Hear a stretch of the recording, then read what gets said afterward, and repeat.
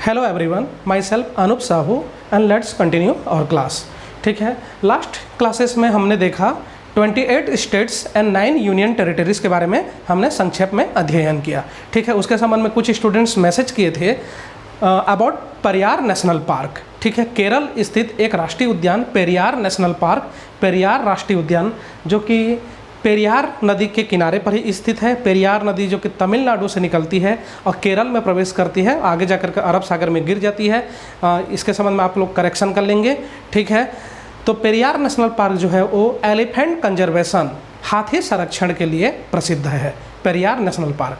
ठीक है, ओके। तो जैसे कि पिछले क्लासेस में हमने बताया था कि 28 स्टेट्स एंड 9 यूनियन टेरिटरीज़ के अध्ययन के बाद आगे के क्लासेस में हम कॉन्टिनेंट्स ऑफ द वर्ल्ड, ठीक है, विश्व के जो महाद्वीप हैं उनके बारे में हम अध्ययन करेंगे। तो सभी महाद्वीपों के बारे में हम एक के बाद एक अध्ययन करते जाएंगे। यह विश्व भूगोल का एक महत्वपूर्ण हिस्सा है। ठीक है, तो महाद्वीपों में हम साइज के अनुसार क्रम से अध्ययन करते जाएंगे। सबसे पहला एशिया, आज हम एशिया के बारे में देखेंगे। एशिया के बाद फिर अगला जो वीडियो जारी करेंगे उसमें अफ्रीका के बारे में रहेगा। उसके बाद उत्तरी America, north America, south America, Europe, Australia and Antarctica. तो इन महाद्वीपों के बारे में जो 7 महाद्वीप हैं इनके बारे में क्रम से अध्ययन करते जाएंगे। तो आज हम सबसे पहले एशिया के बारे में संक्षेप में अध्ययन करेंगे। ठीक है, तो एशिया, जैसे कि आप सबको पता है, एशिया हमारे संसार का सबसे बड़ा महाद्वीप है, largest continent of the world.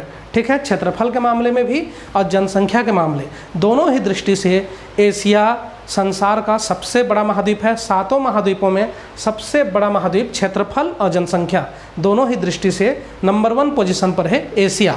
ठीक है, एशिया जिसका कुल क्षेत्रफल 4,45,79,000, ठीक है, 4,45,79,000 स्क्वायर किलोमीटर, ठीक है, वर्ग किलोमीटर पर फैला हुआ है। और यह विश्व के क्षेत्रफल का लगभग 30% है, विश्व के स्थलमंडल के प्रतिशत क्षेत्रफल का।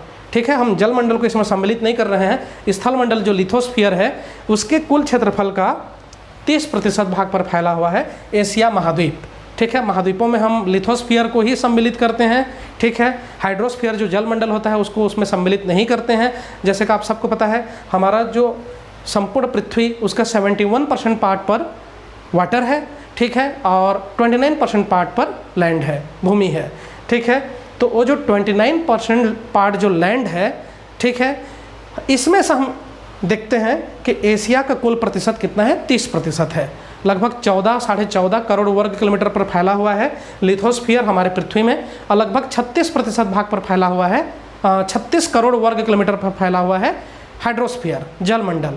ठीक है, तो जलमंडल के बारे में तो बाद में हम देखेंगे, हम यहाँ पर स्थलमंडल के अंतर्गत ही देख रहे हैं। और स्थलमंडल जो है वो 7 महाद्वीपों में बटा हुआ है। तो इन 7 महाद्वीपों में हम सबसे पहले एशिया के बारे में देख रहे हैं। तो स्थलमंडल के, कुल स्थलमंडल के जो पृथ्वी का 29% भाग पर फैला हुआ है, उनमें से यानी स्थलमंडल के 30% भाग पर एशिया फैला हुआ है। एशिया का विस्तार है, स्थलमंडल के 30% भाग पर एशिया का विस्तार है। ठीक है, कुल स्थलमंडल का क्षेत्रफल लगभग कितना है, लगभग 14.5 करोड़ वर्ग किलोमीटर। और जलमंडल का क्षेत्रफल कितना है कुल मिलाकर के, लगभग 36 करोड़ वर्ग किलोमीटर। ठीक है, ये जलमंडल का विस्तार है। तो स्थलमंडल के विस्तार में से 30% पर एशिया का विस्तार हुआ है। कुल क्षेत्रफल है 4,45,79,000 स्क्वायर किलोमीटर। एशिया में जनसंख्या लगभग 4.4 बिलियन, 4.4 अरब का आसपास है। पूरी दुनिया में आज लगभग 8 अरब का आसपास पहुंच गया है, 8 बिलियन का आसपास पहुंच गया है जनसंख्या। उनमें से 4.4 बिलियन पॉपुलेशन जो है वो एशिया में है, यानी लगभग 55 से 60% जनसंख्या, पूरी दुनिया के 55 से 60% जनसंख्या जो है वो एशिया महाद्वीप में है। ठीक है, तो समझ सकते हैं जनसंख्या की दृष्टि से भी नंबर 1 है एशिया। ठीक है, तो क्षेत्रफल और जनसंख्या दोनों ही दृष्टि से नंबर 1 सबसे पहले स्थान पर है एशिया महाद्वीप। ठीक, एशिया महाद्वीप की स्थिति के संबंध में आगे देखेंगे हम। एशिया महाद्वीप, ठीक है, देखेंगे उत्तर दक्षिण पूर्व पश्चिम में विशाल क्षेत्र में फैला हुआ है। इसका विस्तृत क्षेत्रफल है। यह यूरोप से किस प्रकार से अलग होता है, यूरोप से यूराल पर्वत और यूराल नदी के द्वारा अलग होता है। उसके अलावा कैस्पियन पर्वत, कैस्पियन सागर, काला सागर, ठीक है, और कैस्पियन सागर और काला सागर के बीच में है काकेशस पर्वत, ठीक है, कैस्पियन सागर और काला सागर के बीच में काकेशस पर्वत। तो इधर क्रम से देखते जाएंगे, भूमध्य सागर इधर, फिर काला सागर, फिर काकेशस पर्वत, फिर कैस्पियन पर्वत, यूराल नदी और यूराल पर्वत, इनके द्वारा एशिया यूरोप से अलग हुआ है, ठीक है, यूरोप महाद्वीप से अलग हुआ है। यद्यपि यूरोप और एशिया दोनों जुड़े हुए महाद्वीप हैं, इसलिए इसको यूरेशिया भी कहा जाता है। यूरेशिया कोई महाद्वीप नहीं है, दो महाद्वीप है, यूरोप प्लस एशिया, ठीक है, दो अलग अलग महाद्वीप हैं, लेकिन दोनों जुड़े होने की वजह से इसे यूरेशिया के नाम से भी जाना जाता है, ठीक है। जब हम प्लेट्स देखेंगे तब उसके बारे में और विस्तार से देखेंगे। तो यूरोप महाद्वीप से भूमध्य सागर, मेडिटेरियन सी, ब्लैक सी, काला सागर, काकेशस पर्वत, कैस्पियन सी, कैस्पियन सागर, यूराल नदी और यूराल पर्वत, इनसे एशिया यूरोप से अलग हुआ है, ठीक है। उत्तर में देखते हैं तो एशिया के उत्तर में आर्कटिक महासागर है। पूर्व में देखते हैं तो बेरिंग सागर के पार उत्तरी अमेरिका महाद्वीप है, नॉर्थ अमेरिका कॉन्टिनेंट, जो कि बेरिंग सागर के द्वारा अलग किया जाता है एशिया और उत्तरी अमेरिका को, एशिया और नॉर्थ अमेरिका को, ठीक है। इसमें बेरिंग सागर और पैसिफिक ओशियन दोनों के बीच में एक जल संधि बनाती है, बेरिंग स्ट्रेट, बेरिंग जल संधि, ठीक है। यह बेरिंग जल संधि नॉर्थ अमेरिका एंड एशिया को अलग करती है। रिमेंबर, बेरिंग स्ट्रेट जो है, बेरिंग जल संधि, वह एशिया और उत्तरी अमेरिका को अलग करती है, ठीक है। दक्षिण में देखेंगे आगे जा करके तो यहाँ पर अरब सागर जो है वह ऑस्ट्रेलिया से एशिया को अलग करती है, ठीक है। इंडोनेशिया के साउथ में और ऑस्ट्रेलिया के नॉर्थ में जो अरब सागर है, ठीक है, यह अरब सागर ऑस्ट्रेलिया को एशिया से अलग करती है। इसके अलावा एशिया के दक्षिण में हिंद महासागर जो एशिया से लेकर के पूरे अंटार्कटिका तक फैली हुई है, ठीक है। तो हिंद महासागर एशिया महाद्वीप के दक्षिण में स्थित है। इसके अलावा पश्चिम में देखेंगे, एशिया के पश्चिम में अफ्रीका महाद्वीप है, पश्चिम दक्षिण पश्चिम में अफ्रीका महाद्वीप को लाल सागर और स्वेज नहर, ठीक है, red C and Suez canal Asia को अफ्रीका से अलग करती है, ठीक है। तो अफ्रीका और एशिया के बीच में सीमा Red C and Suez Canal बनाती है। तो इस तरह से एशिया की यह स्थिति हो गई, ठीक है। उत्तर में आर्कटिक महासागर, दक्षिण में हिंद महासागर, ठीक है। पूर्व में प्रशांत महासागर स्थित है। पश्चिम में यूरोप महाद्वीप और अफ्रीका महाद्वीप स्थित है। यूरोप महाद्वीप को किनके द्वारा अलग किया जाता है वो स्पष्ट किया जा चुका है, और अफ्रीका महाद्वीप को किनके द्वारा अलग किया जाता है वह स्पष्ट किया जा चुका है। तो यह एशिया महाद्वीप की स्थिति, ठीक है। एशिया महाद्वीप का यहाँ पर मानचित्र दिया हुआ है जो स्केल पर आधारित नहीं है, ठीक है। ये जो हस्त निर्मित है, हाथ से बनाया हुआ यह एक मैप है, मानचित्र है, ठीक है। हाँ, इसके संबंध में आप आगे देखेंगे एशिया महाद्वीप में कौन कौन से देश हैं, ठीक है। इन देशों के बारे में क्रम से देखते चले जाएंगे, ठीक है। उसके बाद आगे जा कर के अन्य फिजिकल और कल्चरल जो फीचर्स हैं उनके बारे में हम आगे देखेंगे। सबसे पहले एशिया महाद्वीप में कौन कौन से देश, हम उत्तर से दक्षिण इस तरह से क्रम से देखते जाएंगे।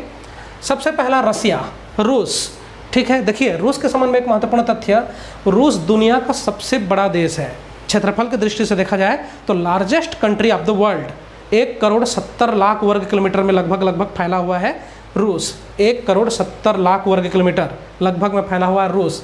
लेकिन यह रूस देश जो है सिर्फ एशिया में स्थित नहीं है, इसका एक हिस्सा जो कि रूस का पश्चिमी भाग है वह यूरोप में स्थित है।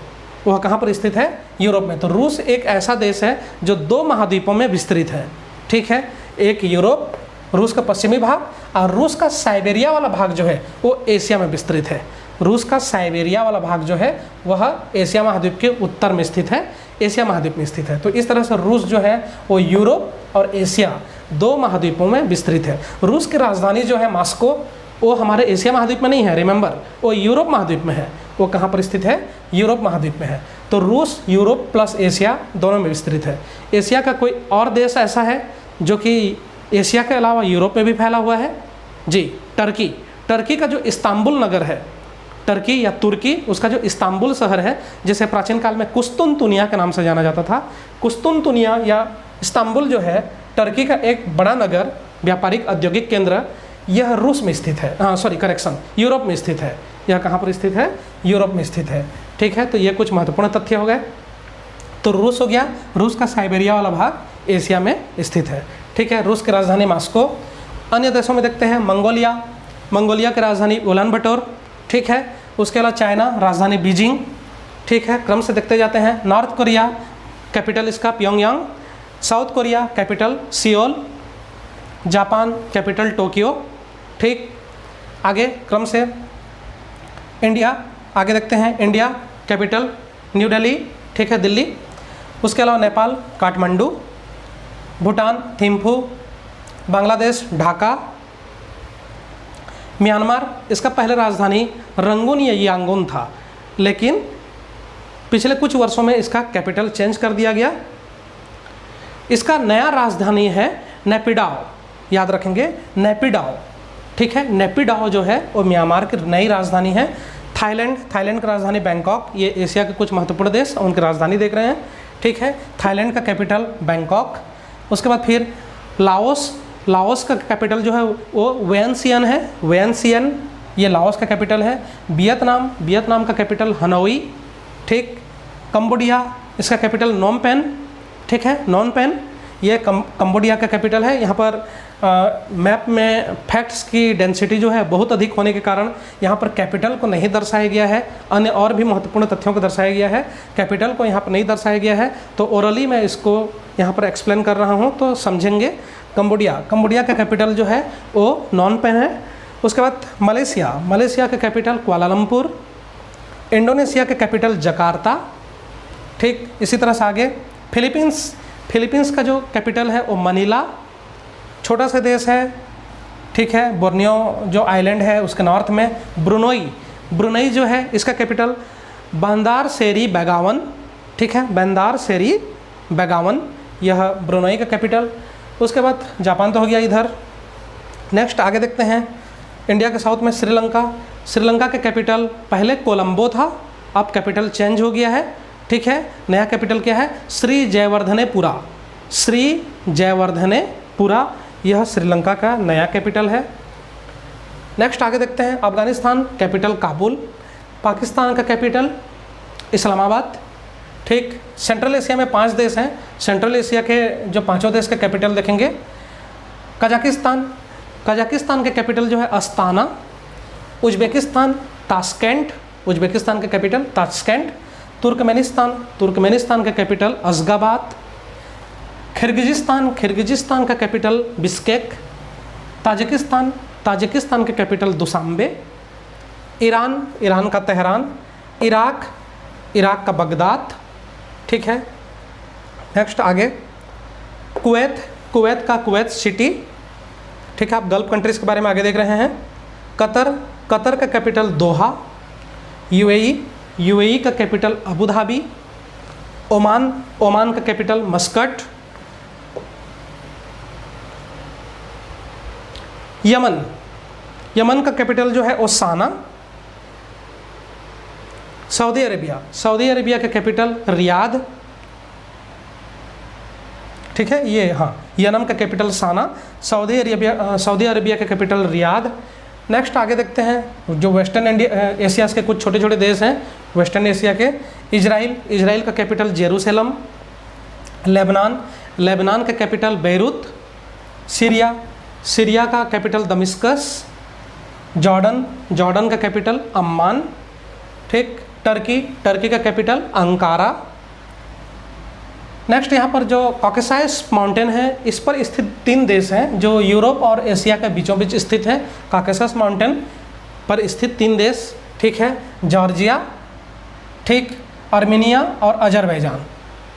जॉर्जिया, आर्मेनिया, अजरबैजान, ये यूरोप और एशिया के बीचों बीच स्थित कुछ महत्वपूर्ण देश हैं। तो ये एशिया की जो कंट्रीज़ हैं और उनके कैपिटल। ठीक है, तो ये कंट्रीज एंड कैपिटल के संबंध में कुछ महत्वपूर्ण तथ्य हो गया। अब आगे हम देखते हैं एशिया के कुछ विशाल नदियाँ। ठीक है, नदियाँ और पहाड़ियाँ देखते जाएंगे। एशिया के कुछ विशाल नदियाँ, जो बड़े नदियाँ हैं, इनके बारे में देखते जाते हैं। यूराल नदी पहले स्पष्ट किया जा चुका है, यूराल पर्वत से यह निकलती है और कैस्पियन सागर में जाकर के गिर जाती है। ठीक है, यूराल नदी और यूराल नदी जो है वो एशिया और यूरोप के बीच में सीमा भी बनाती है। यह इसका अधिकांश भाग रूस में स्थित है। ठीक है, रूस में स्थित नदी यूराल नदी, जो कि यूराल पर्वत से निकलती है, कैस्पियन सागर में जाके गिर जाती है। कैस्पियन सागर जो है वह अपने आप में एक झील है, कोई समुद्र या सी नहीं है। इसे कह दिया जाता है कैस्पियन सी, लेकिन जियोग्राफिकली यह एक कोई सी या समुद्र नहीं है, जबकि ये क्या है, एक झील है, एक लेक है। दुनिया का सबसे बड़ा झील कौन सा है? कैस्पियन सी है। 3,71,100 वर्ग किलोमीटर में फैला हुआ, ठीक है, लगभग 3,71,000 वर्ग किलोमीटर में फैला हुआ कैस्पियन सागर दुनिया की सबसे बड़ी झील है। ऐसे फ्रेश वाटर में अगर देखा जाए, ताज़े पानी की झीलों में, तो सबसे बड़ा झील कहाँ पर है? कौन सा है? सुपीरियर लेक, नॉर्थ अमेरिका, ठीक है, यूएसए और कनाडा के बॉर्डर में स्थित है सुपीरियर लेक। यह दुनिया का सबसे बड़ा फ्रेश वाटर लेक है। और ओवरऑल सभी लेक्स में देखा जाए, सभी झीलों में, तो कैस्पियन सागर जो है वो दुनिया की सबसे बड़ी झील है। कोई सागर नहीं है, ये सभी तरफ से यह स्थल से घिरा हुआ क्षेत्र है, इसलिए यह क्या है, एक झील है। ठीक है, तो कैस्पियन सागर दुनिया की सबसे बड़ी झील। नदियों के बारे में देख रहे हैं तो यूराल नदी हो गया। उसके अलावा अन्य नदियों में देखेंगे, जो रूस में बहने वाली नदियाँ, साइबेरिया में ओब नदी एक लंबी नदी, बड़ी नदी है, ओब नदी, येनेसी नदी, ठीक है, यहाँ पर देख सकते हैं येनेसी नदी, लीना नदी, ये तीनों के तीनों साइबेरिया के साउथ से निकलती हैं और इस तरह से नॉर्थ की तरफ फ्लो होती हैं और आर्कटिक ओशियन में जाकर के मिल जाती हैं। ठीक है, आर्कटिक महासागर में जाकर के गिरती हैं, ओब नदी, येनेसी नदी और लीना नदी।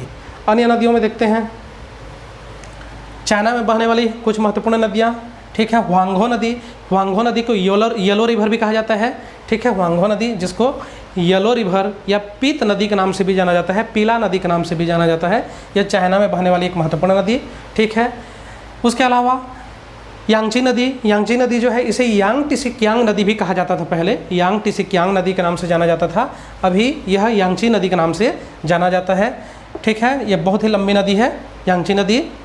उसके बाद फिर जीजियांग नदी साउथ चाइना में बहने वाली एक महत्वपूर्ण नदी है, जीजियांग नदी। अन्य नदियों में देखते हैं, बड़ी नदियों में मेकोंग नदी, जो कि साउथ ईस्ट एशिया में, दक्षिण पूर्वी एशिया में बहने वाली नदी है, मेकोंग नदी। ठीक है, साल्विन नदी जो कि थाईलैंड और बर्मा की सीमा बनाती है कुछ दूरी तक, और दोनों के बीच में बहती है बर्मा। ठीक है, बर्मा या म्यांमार और थाईलैंड में बहने वाली नदी है साल्विन नदी। ठीक है, म्यांमार में एक और नदी बहती है, इरावदी नदी, इंद्रावती नहीं, वो तो छत्तीसगढ़ और उड़ीसा और छत्तीसगढ़ में बहने वाली नदी है इंद्रावती। ठीक है, यहाँ पर म्यांमार में बहने वाली एक बड़ी नदी है इरावदी नदी। ठीक है, अन्य नदियों में देखते हैं, सेंट्रल एशिया में दो नदियाँ बहती हैं, एक सीर दरिया और दूसरा है अमू दरिया रिवर। ठीक है, सीर दरिया और अमू दरिया दोनों जाकर का अरल सागर में गिर जाते हैं। अरल सागर भी एक झील ही है, सेंट्रल एशिया में स्थित, ठीक है, मध्य एशिया में स्थित एक झील ही है, इसे अरल सागर के नाम से जाना जाता है। इसमें सीर दरिया और अमू दरिया, ठीक है, river Seer and river Amu, ये दोनों अरल सागर में जाकर के गिरती हैं। यह सेंट्रल एशिया में बहने वाली महत्वपूर्ण नदियाँ। ठीक है, अन्य नदियों में देखते हैं, साउथ एशिया में बहने वाली नदियाँ, सिंधु नदी, इसके अलावा ब्रह्मपुत्र नदी, गंगा नदी, गोदावरी नदी, नर्मदा नदी, ये कुछ महत्वपूर्ण नदियाँ हैं। ठीक है, और अन्य नदियों में देखते हैं, जो साउथ वेस्ट एशिया में, दक्षिण पश्चिम एशिया में बहने वाली महत्वपूर्ण नदियाँ। वैसे दक्षिण पश्चिम एशिया का अधिकांश भाग डेजर्ट एरिया है, मरुस्थलीय क्षेत्र है, तो यहाँ पर ज़्यादा संख्या में नदियाँ नहीं हैं। दो महत्वपूर्ण नदी है, एक river tigris and river Euphrates. Tigris नदी जिसे दजला नदी कहा जाता है, और यूफ्रेटस रिवर जिसे फरात नदी कहा जाता है। तो दजला फरात नदी यह जाकर के पर्शियन गल्फ में जाकर के गिरते हैं, फारस की खाड़ी में जाकर के गिरते हैं। ठीक है, तो ये एशिया महाद्वीप के कुछ महत्वपूर्ण नदियाँ झीलों में बताया गया। ठीक है, एक तो कैस्पियन सागर है, ठीक, अरल सी है। उसके अलावा यहाँ पर एक और झील है जो कि साइबेरिया में स्थित है, रूस साइबेरिया में, बैकाल झील, लेक बैकाल झील की विशेषता यह है कि यह दुनिया की सबसे गहरी झील है, 1741 मीटर गहराई है। इस झील की गहराई 1741 मीटर, ठीक है, इतनी गहरी है बैकाल झील। ठीक, तो ये कुछ झीलों के संबंध में अन्य तथ्य। ब्लैक सी जो कि एशिया और यूरोप के बीच में सीमा भी बनाती है, ब्लैक सी, काला सागर, काला सागर भूमध्य सागर से जुड़ा हुआ है, अब भूमध्य सागर अटलांटिक महासागर से जुड़ा हुआ है। ठीक है, तो काला सी जो कि एशिया और यूरोप के बीच में सीमा बनाती है। ठीक है, तो ये झील और समुद्रों के संबंध में अन्य तथ्य। ठीक है, अन्य और समुद्र और खाड़ियों के बारे में देखेंगे। ठीक है, पश्चिम में एशिया के पूर्व में सबसे पहले देखेंगे, एशिया के पूर्व में प्रशांत महासागर। ठीक है, दुनिया का सबसे बड़ा महासागर जो कि एशिया के पूर्व में स्थित है।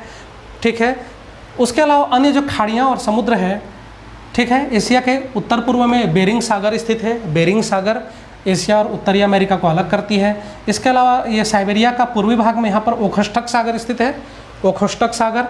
ठीक है, जो कि कमचटका प्रायद्वीप और सखालिन द्वीप जो है, कमचटका प्रायद्वीप रूस, साइबेरिया रूस का एक महत्वपूर्ण प्रायद्वीप है कमचटका प्रायद्वीप, और सखालिन द्वीप जो कि साइबेरिया रूस का एक द्वीप है। इन दोनों के बीच में ओखोस्टक सी, ओखोस्टक सागर स्थित है।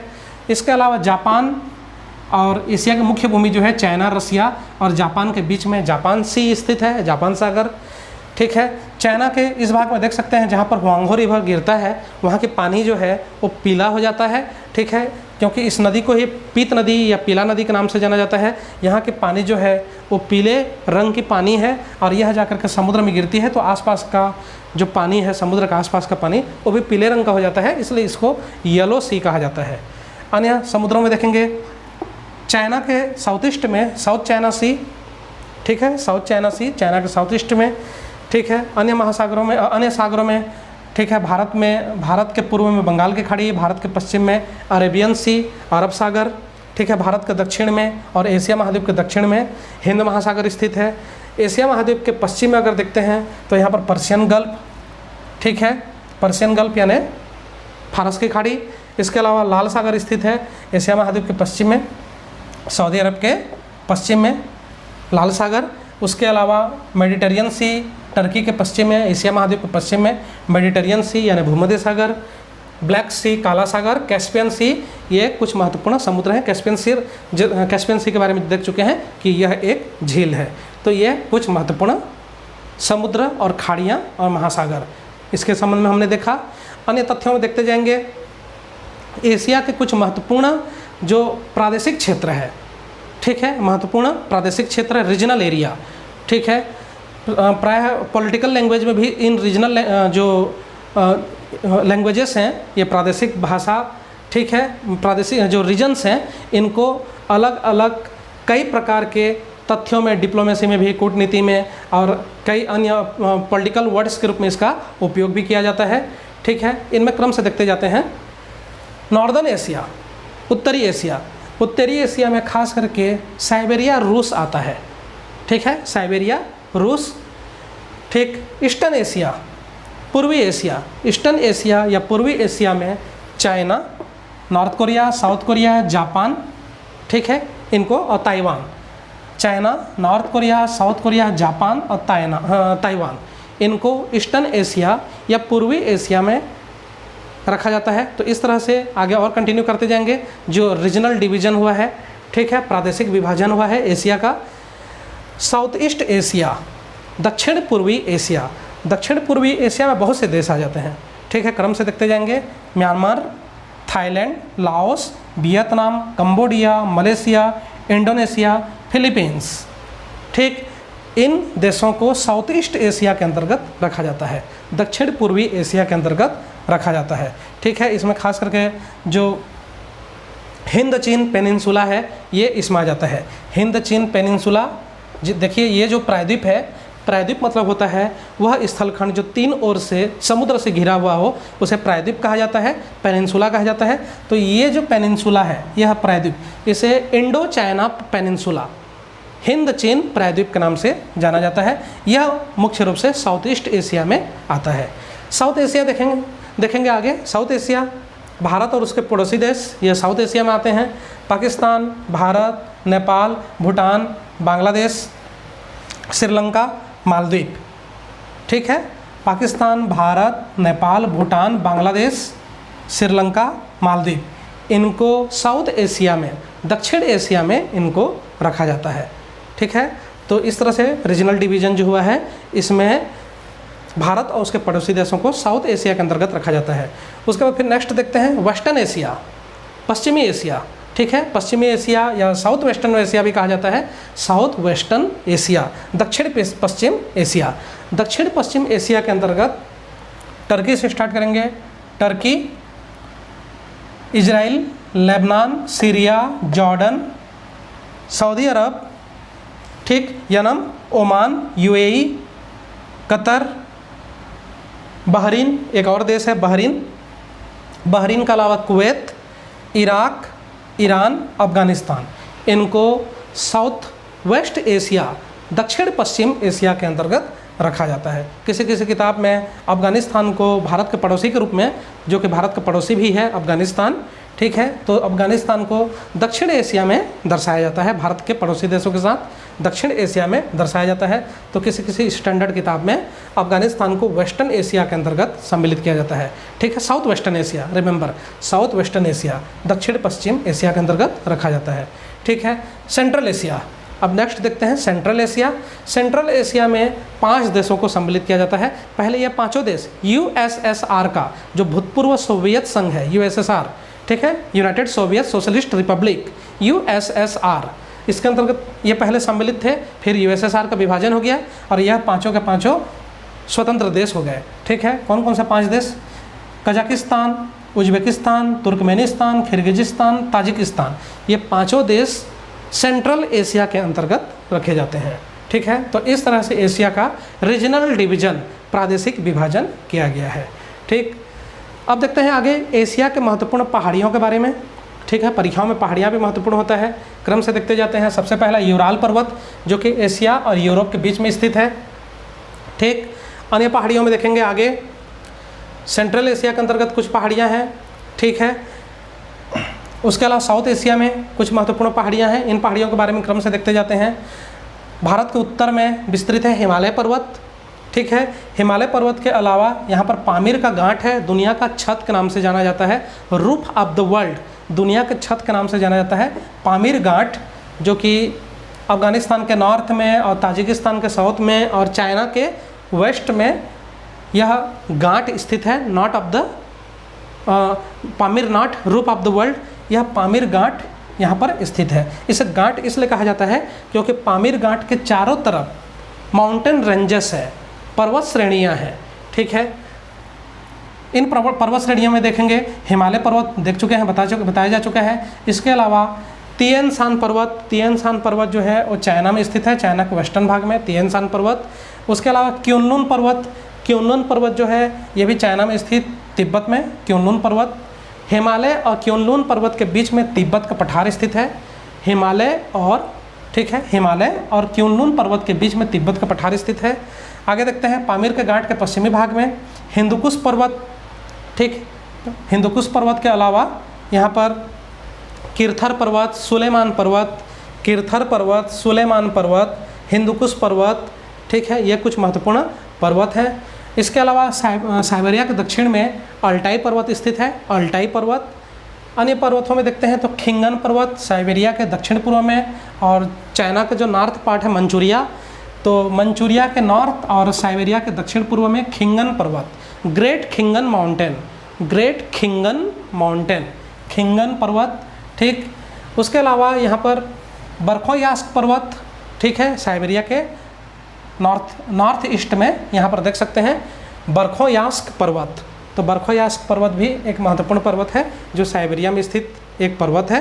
ठीक है, उसके अलावा भारत और म्यांमार के बीच में अराकान योमा रेंज जो है वो भारत और म्यांमार के बीच में स्थित है। हिमालय के ही सदर्न एक्सटेंशन है, दक्षिणी विस्तार है हिमालय पर्वत का ही। ठीक है, अराकान योमा पर्वत। तो ये कुछ महत्वपूर्ण पर्वत हो गए। अब देखते हैं एशिया महाद्वीप में विस्तृत फैले हुए मरुस्थल, कुछ मरुस्थलों के बारे में, डेजर्ट्स के बारे में देखेंगे जो कि एशिया महाद्वीप में फैले हुए हैं। इनमें सबसे पहला गोबी डेजर्ट, गोबी मरुस्थल जो कि खास करके मंगोलिया में विस्तृत है। मंगोलिया में विस्तृत गोबी डेजर्ट, यह दुनिया का दूसरा सबसे बड़ा मरुस्थल है। Second largest desert of the world, largest कौन सा है? सहारा मरुस्थल, उत्तरी अफ्रीका में स्थित। अफ्रीका महाद्वीप के उत्तरी भाग में स्थित सहारा मरुस्थल सबसे बड़ा मरुस्थल है। गोबी डेजर्ट जो है, गोबी मरुस्थल दुनिया का दूसरा सबसे बड़ा मरुस्थल है और यह एक कोल्ड डेजर्ट है, ठीक है, शीत मरुस्थल है। साल भर यहाँ पर कड़ाके की ठंड पड़ती है, ठीक है, और इसे एक शीत मरुस्थल या कोल्ड डेजर्ट के नाम से जाना जाता है, ठीक है।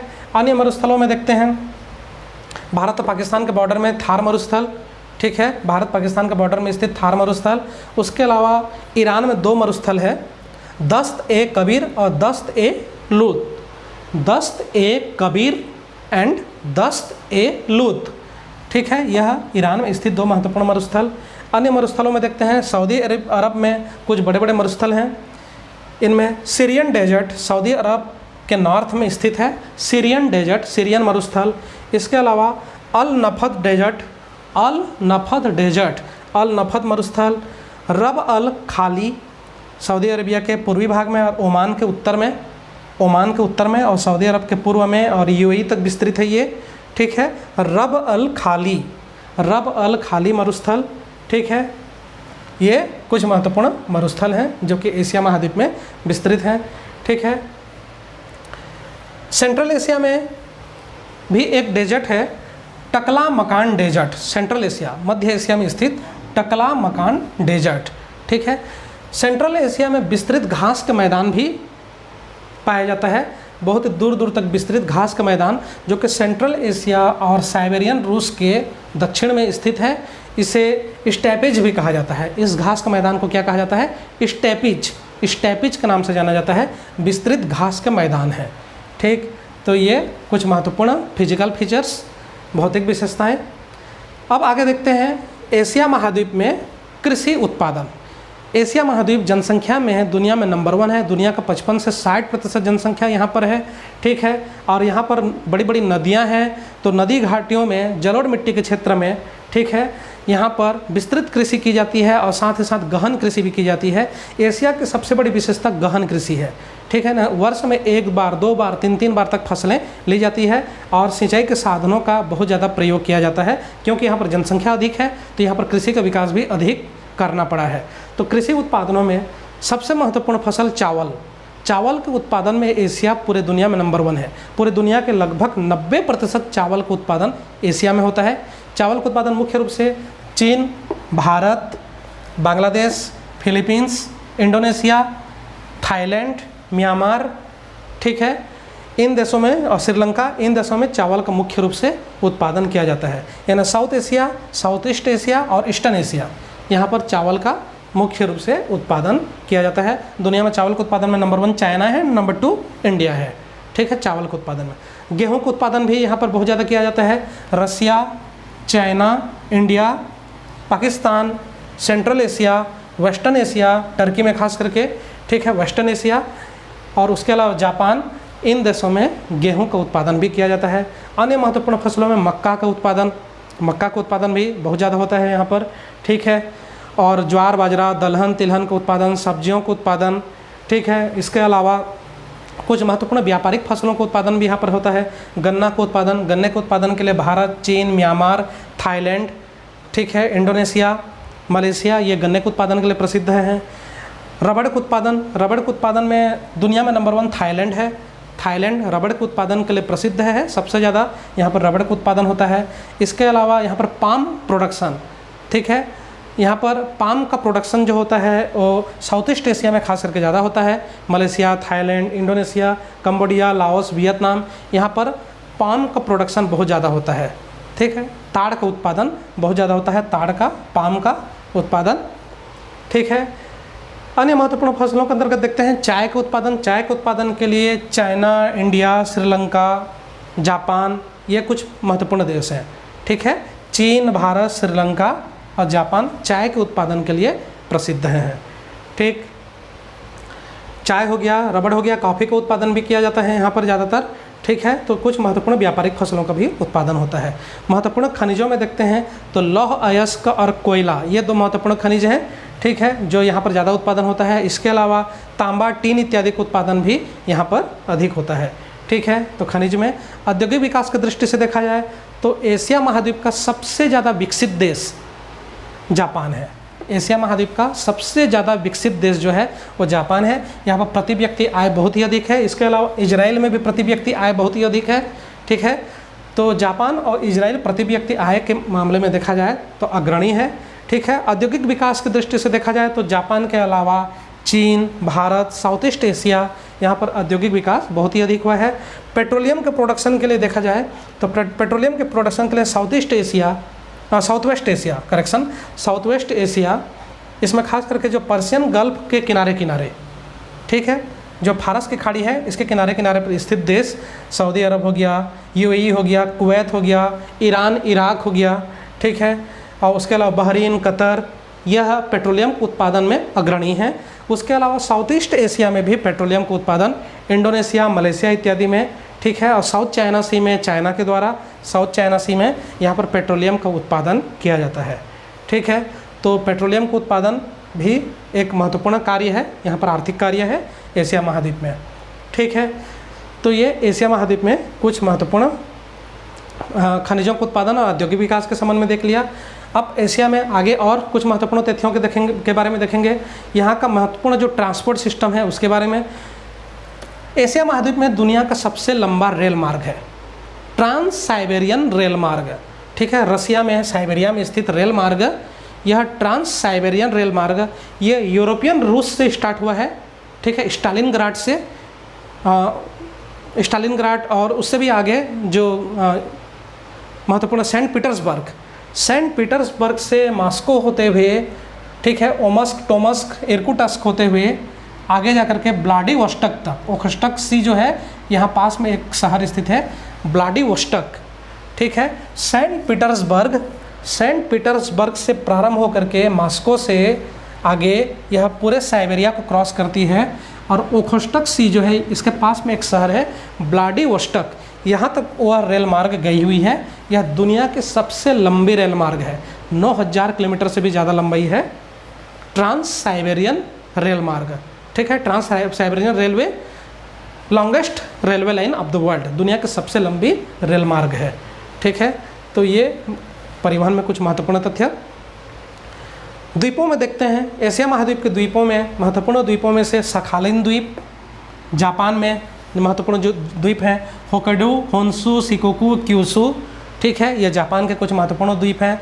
इसके अलावा फिलीपींस में स्थित लिजोन द्वीप, जो लिजोन द्वीप है एक बड़ा द्वीप है फिलीपींस स्थित। उसके अलावा ताइवान है। ठीक है, ताइवान के अलावा साउथ ईस्ट एशिया जो है वो मुख्यतः द्वीपों के लिए ही जाना जाता है। ठीक है, और इन द्वीपों को पहले ईस्ट इंडीज, ठीक है, ईस्ट इंडीज पूर्वी द्वीप समूह के नाम से जाना जाता था। ईस्ट इंडीज पूर्वी द्वीप समूह, जो कि साउथ ईस्ट एशिया में ये द्वीप फैले हुए हैं, खास करके इंडोनेशिया के अंतर्गत आते हैं। इन द्वीपों में सुमात्रा आइलैंड बड़ा आइलैंड है, जावा आइलैंड, ठीक है, सुमात्रा, जावा ये इंडोनेशिया के ही पार्ट हैं। उसके अलावा बोर्नियो आइलैंड दुनिया का तीसरा सबसे बड़ा द्वीप है। पहला सबसे बड़ा द्वीप ग्रीनलैंड, दूसरा सबसे बड़ा द्वीप न्यू गिनी पापुआ, ठीक है, तीसरा सबसे बड़ा द्वीप बोर्नियो द्वीप को कालीमंतन के नाम से भी जाना जाता है, कालीमंतन। ठीक है, इसमें 3 देशों का फैलाव है यहाँ पर, मुख्य रूप से इंडोनेशिया का है और उसके अलावा मलेशिया का भी है और साथ ही साथ ब्रुनेई। ठीक है, तो ये बोर्नियो द्वीप एक बड़ा द्वीप है। उसके अलावा सुलावेसी, ठीक है, और यहाँ पर पापुआ न्यू गिनी द्वीप एक बहुत बड़ा द्वीप है। ग्रीनलैंड के बाद दूसरा सबसे बड़ा द्वीप पापुआ न्यू गिनी। इसमें से जो पश्चिमी भाग है पापुआ न्यू गिनी का पश्चिमी भाग, यह एशिया महाद्वीप में आता है, इंडोनेशिया के अंतर्गत, इंडोनेशिया का ही हिस्सा है। ठीक है, इसे जाया का नाम से भी जाना जाता है, इरियन जाया, तो इसे जाया का नाम से भी जाना जाता है इस भाग को, इंडोनेशिया का। ठीक है, उसके अलावा श्रीलंका द्वीप है यहाँ पर भारत के दक्षिण में। ठीक है, उसके अलावा अंडमान निकोबार आइलैंड्स, लक्षद्वीप आइलैंड्स, ये कुछ महत्वपूर्ण द्वीप समूह हैं। तो ये एशिया के संबंध में कुछ महत्वपूर्ण तथ्य। ठीक है, अब आगे के क्लास में हम अफ्रीका के बारे में संक्षेप में अध्ययन करेंगे। तो आज के लिए इतना ही, थैंक यू।